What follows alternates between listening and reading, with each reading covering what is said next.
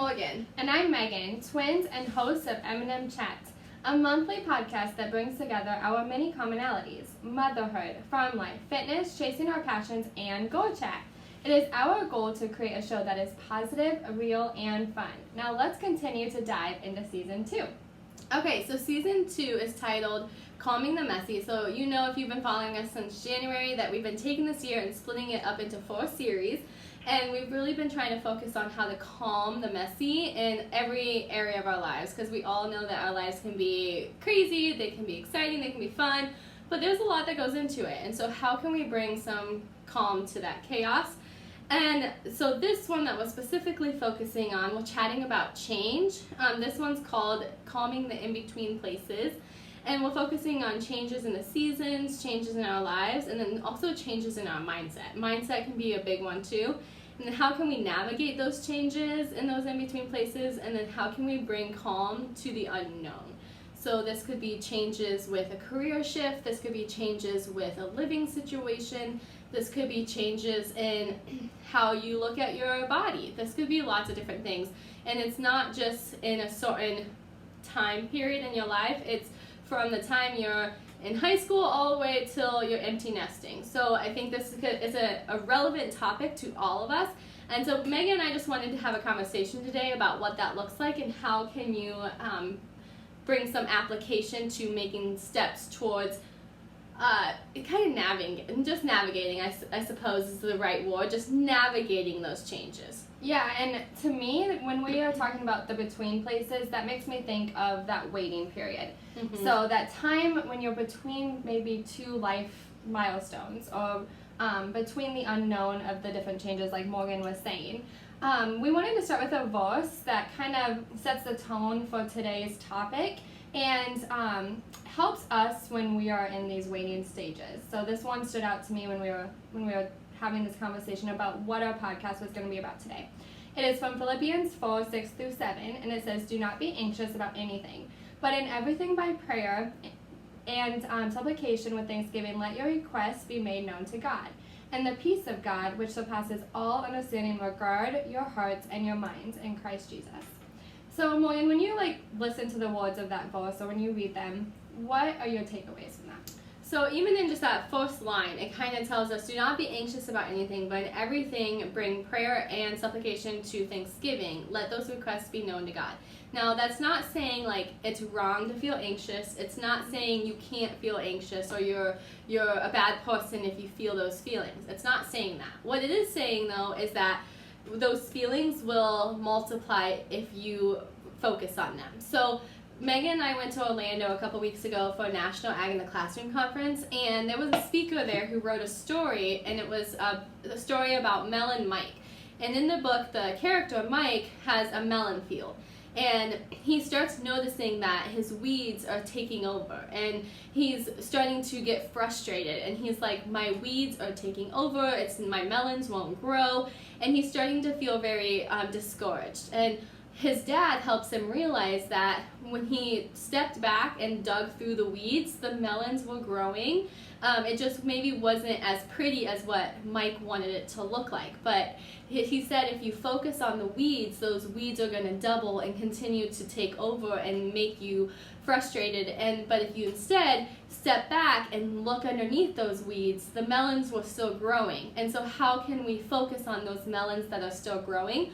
So I think it's saying if you feel anxious, or if you feel discouraged, or if you feel frustrated in the unknown, or if you're waiting, then it's okay to feel those and feel them, but don't focus on them.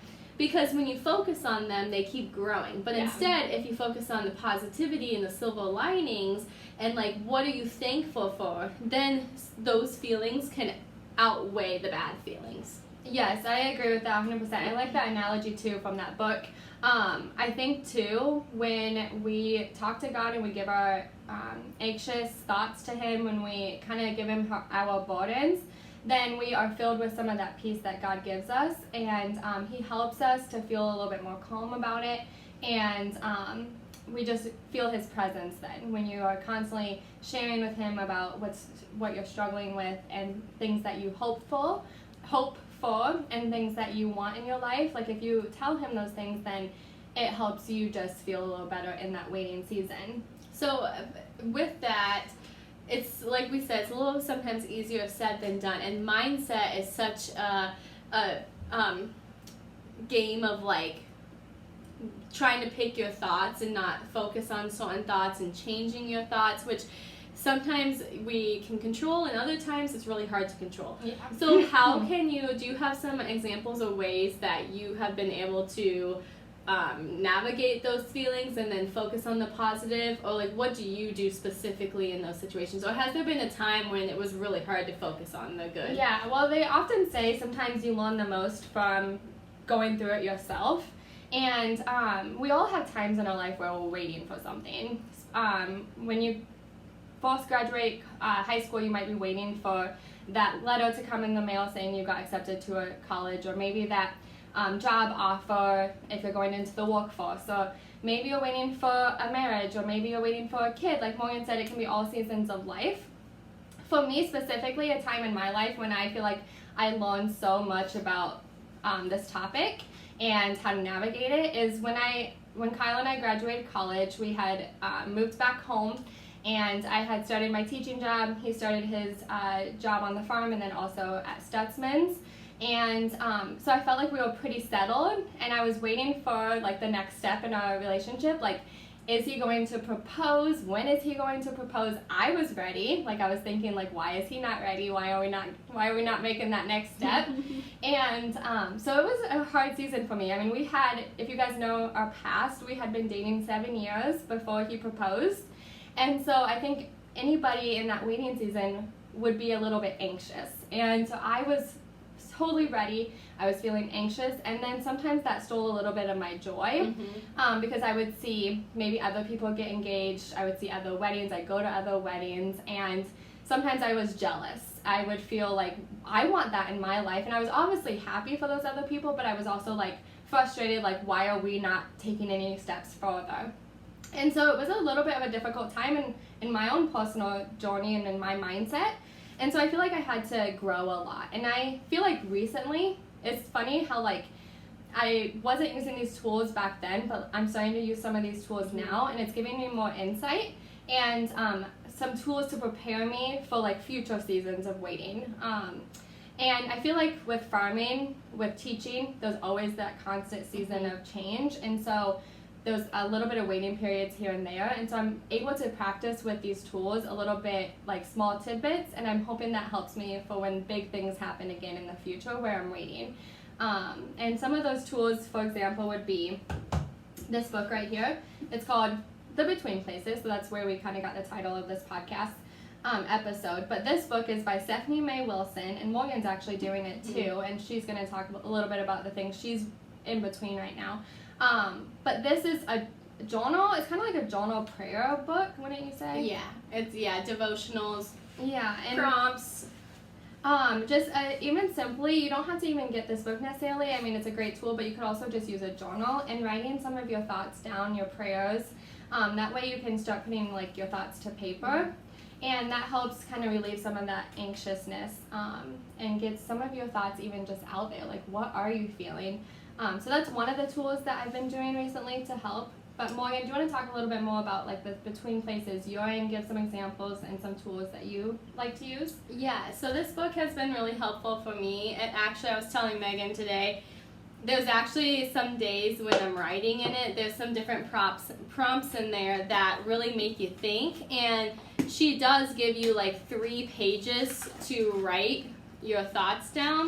And sometimes I'm like, I really just don't want to dig into these emotions. Like, it can be kind of daunting to really write down on paper what you're feeling, especially if you're feeling worried and anxious. So, like, for Tyler and I, we have a lot of changes happening, and I'll be able to tell you guys a little bit more about those changes next month. So, come back and listen to our podcast next month. But we have a lot of changes happening, and one of those changes is our house that you guys have heard about all year so far.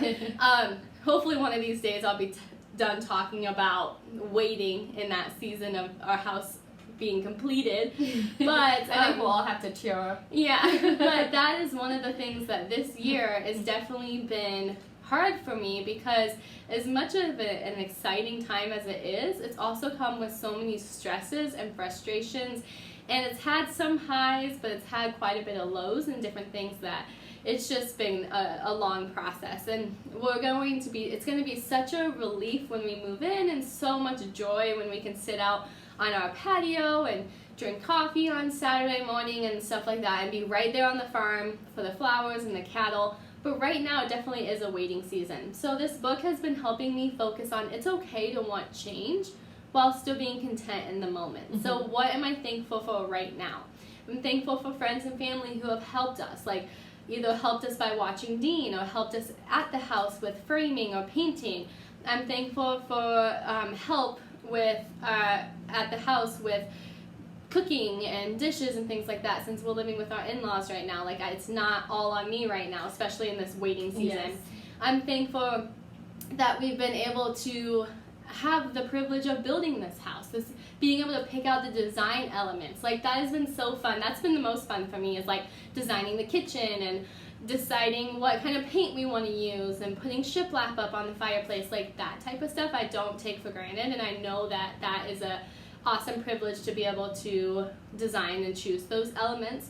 So I think this has been a really good book for me, but it has been kind of one that I had to sit with a little bit, and some of the prompts make me actually really share on paper what I'm feeling. And I also told Megan there was a part of last year where I just did not feel like myself, and sometimes I'm still in that same season of like, I just feel kind of unsettled. I feel kind of like I'm walking through convenience lately. Like, my nutrition hasn't been 100% on track because I'm just go, trying to go from the house to being a mom to walking the flower business. So I feel like my nutrition has been kind of slacking, and I've been frustrated about that. So I've been telling Megan and sharing with her that I'm kind of in a season where I don't really feel 100% like myself, and that's also okay. Mm-hmm. Like, it's okay to admit those feelings and to walk through them, but have those tools to walk through them. I definitely think that when you look towards God, that's why sometimes it's not any easier to navigate, like, the waiting time period or going through different changes. But when you walk through these things with God, then it helps you just feel better, and it helps you kind of organize those thoughts. Like, God kind of lets you see the good and let you see those blessings, and then help you kind of sit with the okay of feeling like not yourself, and knowing that you still have hope that it's going to get better down the road, or hope that you can see the light at the end of the tunnel. So I feel like the biggest tool, I would say, is first talking to God and praying, and then using other things that people have developed to help you, like this book. Or just grabbing a notebook and journaling about it, writing your thoughts down. There's also an app that Meg and I both have downloaded that's called the Bible app. It's just the Bible app. Oh, I think it says Holy Bible, and it's like a little brown Bible. But you can search plans on there. And so, like, right now I'm reading one that's called Anxious for Nothing, and then also one that's called Content in Christ. And so you can find Bible plans based off of different topics. So like, I just finished one about motherhood. So there's all different topics on here, and they're pretty short. You can do longer ones that are like 60-day plans. I think I hear Dean running around. I'm gonna go grab him real quick. But there's also ones on here that are like 8 days. Yeah, so while Morgan's grabbing Dean, I wanted to talk a little bit about how you can also have that time of waiting, just like in general, throughout your day too. And so I think Andrew's awake too, so I'm like losing my thought process. Yeah, he's awake too. So anyhow, we're going to keep it short and sweet today, and the in-between places are something that's like near and dear in our hearts right now, just because we are going through changes as young moms, and having big dreams, and different things with careers, like Kyle switching from working a full-time job at Stutzman's to farming full-time. So it is near and dear, and an important topic right now, relevant for us. Dean makes his presence today. But we're going to just keep it short and sweet, and we'll dive a little bit more into it next week. And we want to know your guys' thoughts on social media.